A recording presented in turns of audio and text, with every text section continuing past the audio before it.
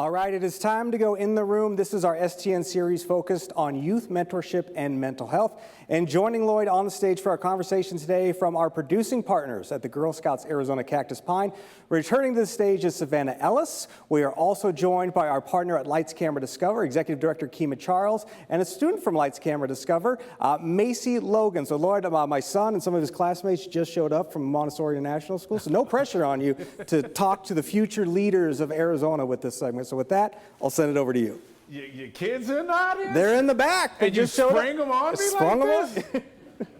Savannah, welcome back. Hope you had a good Easter. Are you okay? You ready for this?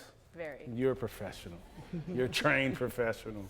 All right, so everybody here in the audience, Kima and Macy told me they're a little bit nervous today.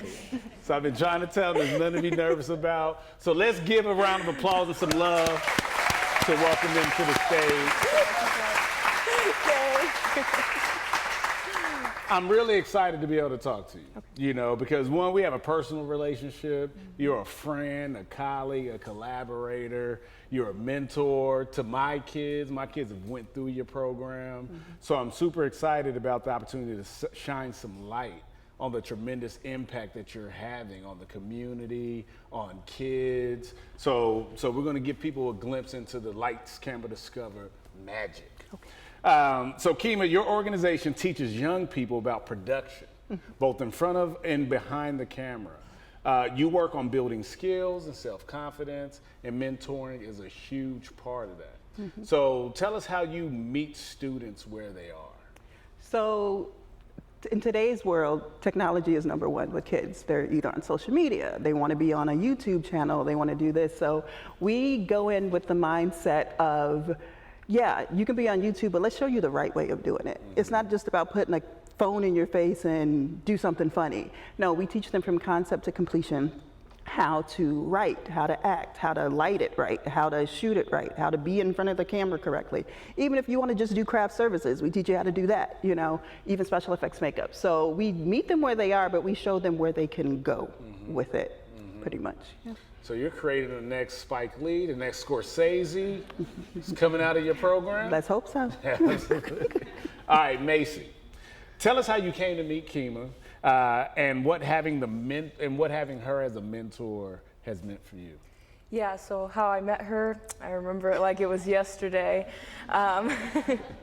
So I rode the bus home and I saw her business multiple times every time I rode the bus home.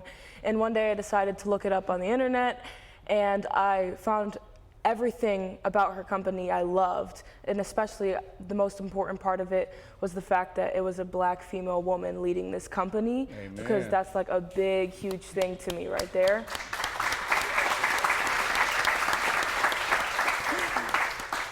To have those role models, plus it had something I was interested in film and graphics, animation, plus it worked with kids and I love kids.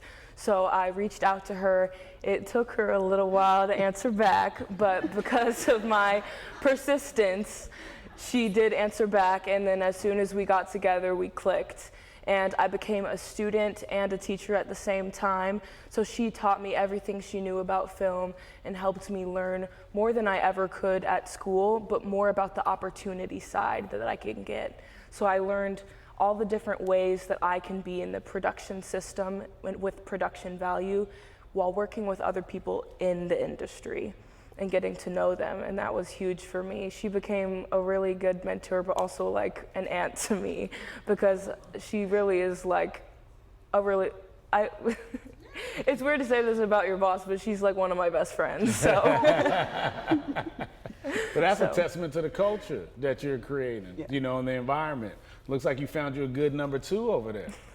Yeah, I have. Yeah, absolutely. Savannah, you got some questions for Kima and Macy. So Kima, as a student athlete, I spent a lot of time studying and most of my extra time on the volleyball court. And I'm interested in a mentor who can support me in both student success and mental toughness as an athlete. Do you have any advice on where I can seek a mentor who has both the desire and time to commit to a successful mentorship?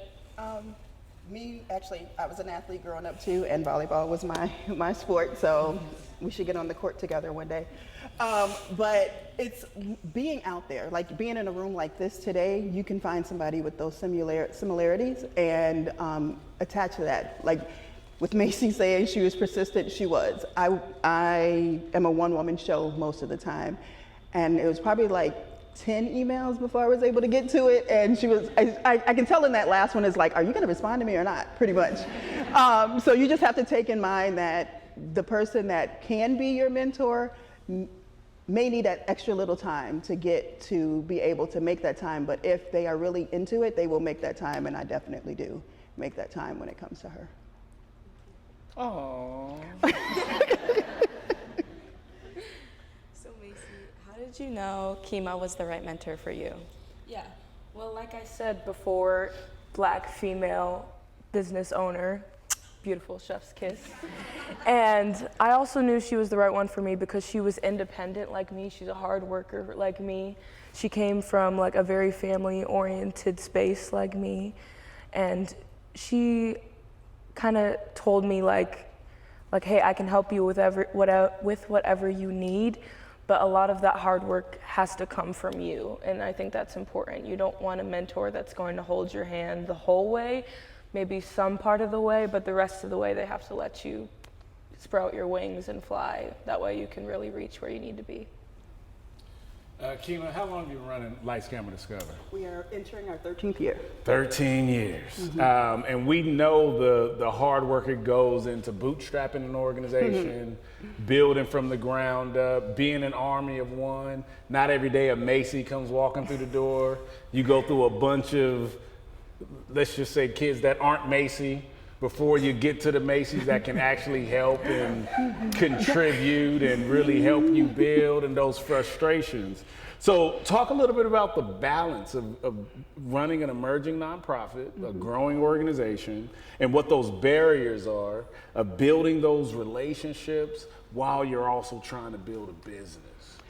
So, of course, the barriers of being a party of one. I do have part-time help and interns from time to time, but allowing wanting your organization to grow, whether it's more students or finances or even a building, that's a lot of work, yes. And one thing I can say I sacrifice the most is maybe sleep.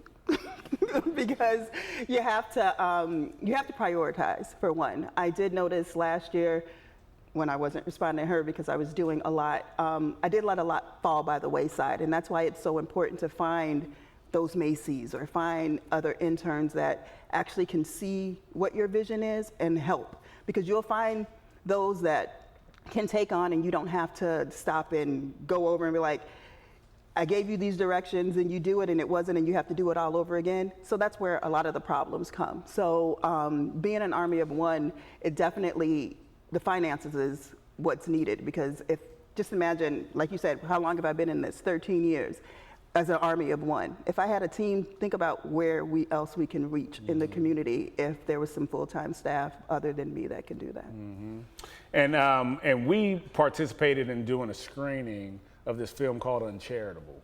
That's based on a Dan Pallotta TED Talk, and it really talked about the importance of community and businesses investing in infrastructure, capacity, understanding the need for nonprofits to have overhead, because nonprofits are businesses, right? A lot of people think because you run a nonprofit, you're supposed to live off of pork and beans, but you can't sustain a mission that way, right? You have to be able to invest in infrastructure, build capacity, build a team so you can serve even more kids. And what I like to tell people all the time, what a nonprofit needs more than a pat on the back, because people will good job you to death, is... Yeah, they do. I think I got more good jobs than I got dollar signs in the accounts. Is you do need investment. You need people to show up for you and contribute to what you're doing.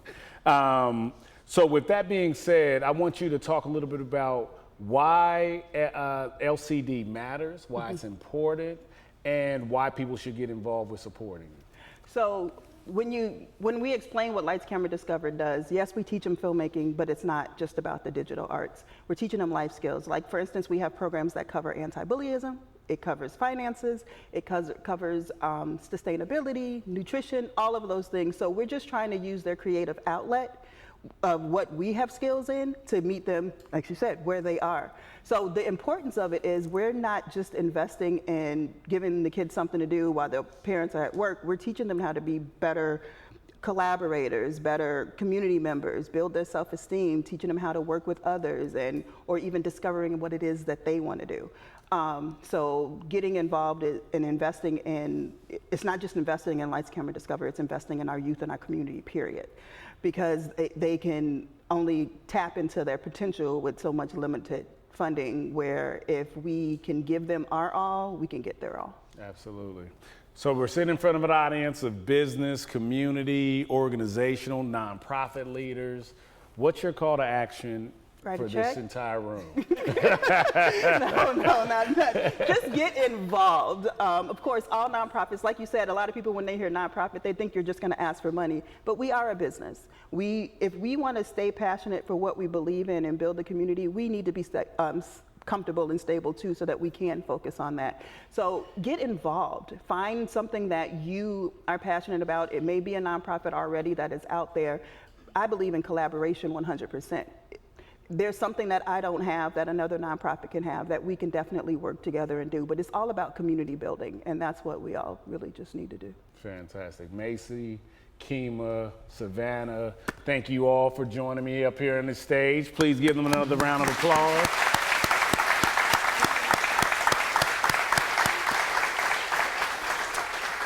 Eric, I absolutely see us having LCD kids in here in this studio helping us run some cameras. Oh, they've been doing it. Yeah, yes. We've had some of her team, some of her youth here before. Yeah, these guys are all under watch.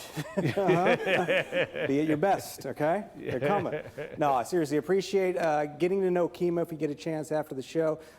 So much does happen when these lights are on, but we've had such an opportunity to get to know Kima and her team over the years, the incredible work that they do in the community. So please, if you have a moment, have a conversation with Kima.